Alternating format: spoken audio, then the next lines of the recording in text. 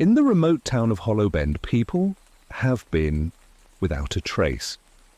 When their belongings are found arranged in ritualistic patterns deep in the surrounding forest, the town fears a serial killer is on the loose. But the discovery of a body without its skin sends a chill down everyone's spine. The body is left eerily preserved, almost as if it had been abandoned in a moment of perfect stillness. Local law enforcement is baffled, and fear spreads like wildfire. As a young journalist digs into the mystery, she uncovers a dark folklore that suggests something far more sinister than a human killer might be at work. Lauren Winters hadn't planned on returning to Hollow Bend, a remote town that seemed to wither away in the shadow of its own past. The forest surrounding the town loomed like a barrier, its towering trees swaying gently as if whispering secrets only they knew. Lauren's hands gripped the steering wheel tightly as she drove into town, her father's funeral drawing her back to the place she had abandoned over a decade ago. She had left behind the memories of her mother's disappearance, her father's obsession with finding her, and the suffocating grief that had consumed their lives. As she drove down Main Street, Hollow Bend looked as though it had barely changed. The same brick buildings lined the streets, and the same gossiping residents filled the small diner she passed by. But there was something different in the air, something tense, like the town was holding its breath. When she pulled into the driveway of her father's old house, she found herself hesitating, staring up at the faded wooden facade that had once been her home. She entered cautiously, the familiar creak of the floorboards greeting her like an old acquaintance. The scent of stale coffee and dust lingered in the air, and boxes of old case files lay stacked in the living room. Her father had never given up on his search for answers, she thought bitterly, even after all these years. The funeral was a quiet affair, attended by a handful of townsfolk who offered murmured condolences and awkward glances. The only one who seemed genuinely pleased to see her was Sheriff Kevin Riggs, a childhood friend who had taken over as sheriff when her father retired. "You're still good at disappearing," he said, with a sad smile, squeezing her hand a little longer than she expected. "Haven't seen you in years, Lauren." She nodded, the corners of her mouth twitching in a half-hearted attempt at a smile. "Yeah, I'm not exactly the town's favorite daughter." Riggs shrugged, his face growing somber. "You're here now. That's what matters." He hesitated before adding, "We could use someone like you around. There's been some troubling things happening lately." The hesitation in his voice piqued Lauren's curiosity. "Troubling? How?" He glanced around as if afraid of being overheard. "People are going missing. Same kind of stuff your dad used to look into." Lauren felt a chill run down her spine. She could feel the pull of a story unraveling in front of her, and it wasn't long before she found herself digging through her father's old case files. The deeper she went, the more disturbing the pattern became. People had indeed been vanishing over the last several months, their abandoned belongings found arranged in bizarre formations in the woods.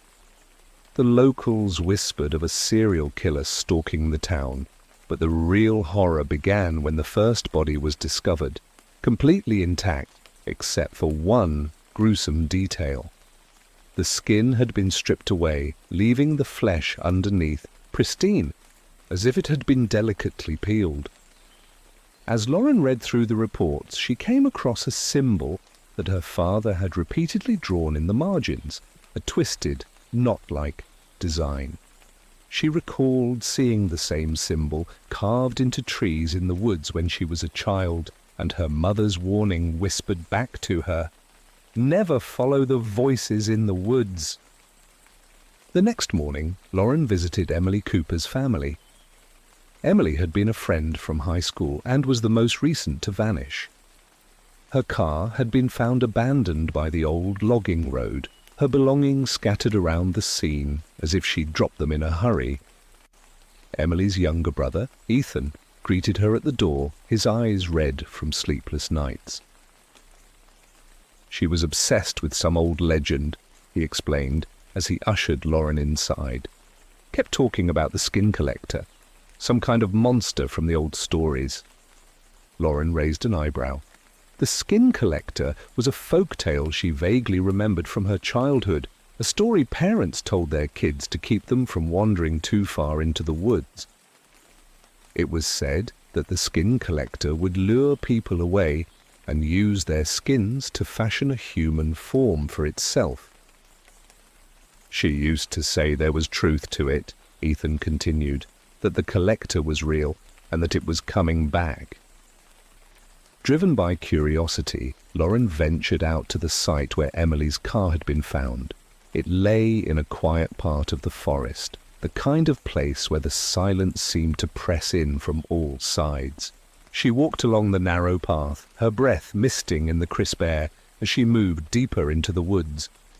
The trees grew denser, and soon she was surrounded by the towering pines, their branches creaking like old bones.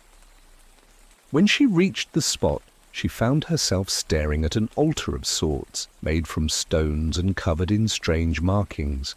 Her father's symbol was there, etched into the largest stone. But what caught her attention more was the grisly sight hanging from the surrounding branches, strips of skin, pale and almost translucent, fluttering in the faint breeze. The sight stirred something deep within her, a memory she had long tried to forget. Her mother had disappeared in these woods, leaving nothing behind except a few scattered belongings, and this same symbol carved into a nearby tree.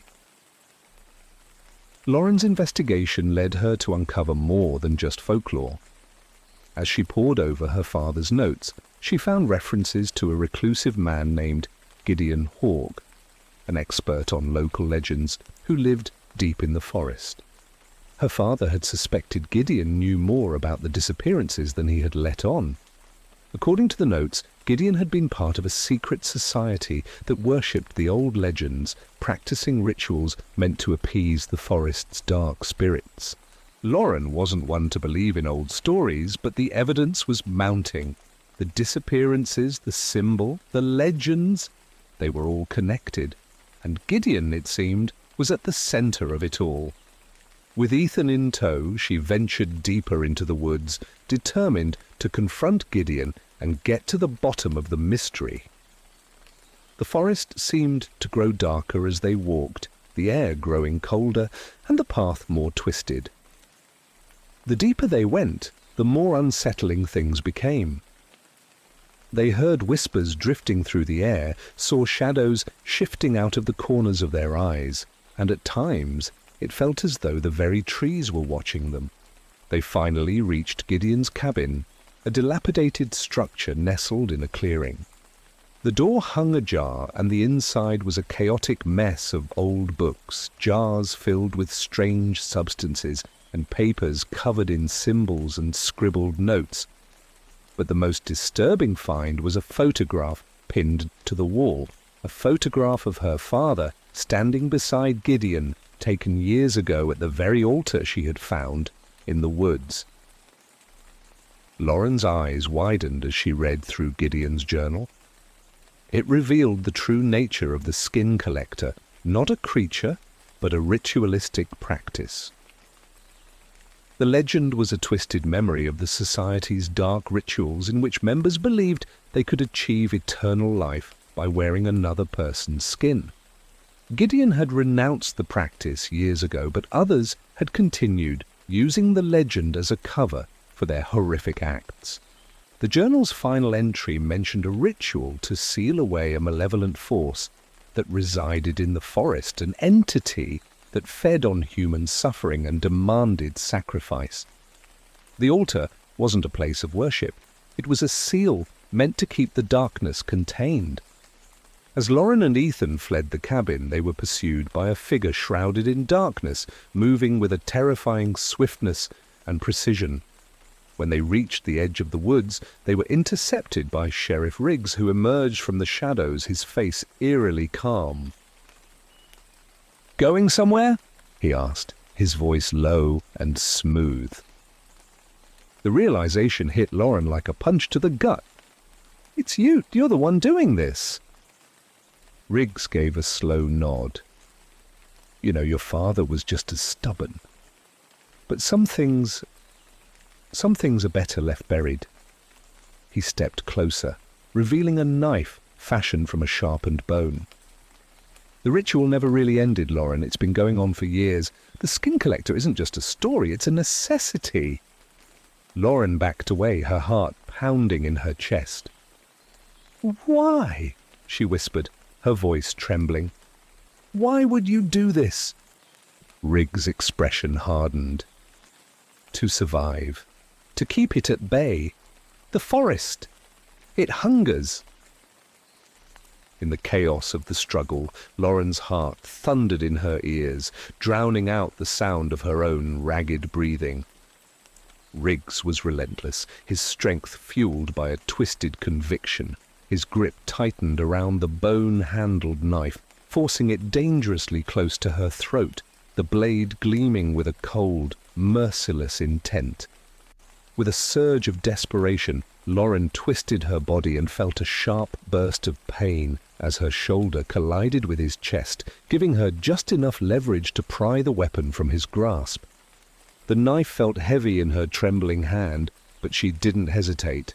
With a primal scream, she drove it forward, the blade piercing Riggs' chest with a sickening crunch. His eyes widened in shock and fury, his lips parting in a silent gasp as the air escaped his lungs. The knife sank deeper, and he staggered back, collapsing onto the forest floor. For a moment, there was an awful stillness. The world seemed to hold its breath as blood began to seep from the wound, dark and glistening, pooling around him like spilled ink. Riggs's face twisted into a grotesque mask of pain, his features slackening as he struggled to speak. His voice, once so commanding, was now a feeble whisper carried away on the cold night air. "The forest still hungers," he rasped, his breath a ragged wheeze, each word faltering as life drained from his eyes. As the final syllable left his lips, the wind stirred the leaves overhead, and a low, mournful sound seemed to emanate from the depths of the woods, as though the very trees were echoing his words, sharing in his dark prophecy. It was a sound that crept into Lauren's bones, a reminder that even in death, the hunger of the forest was far from sated.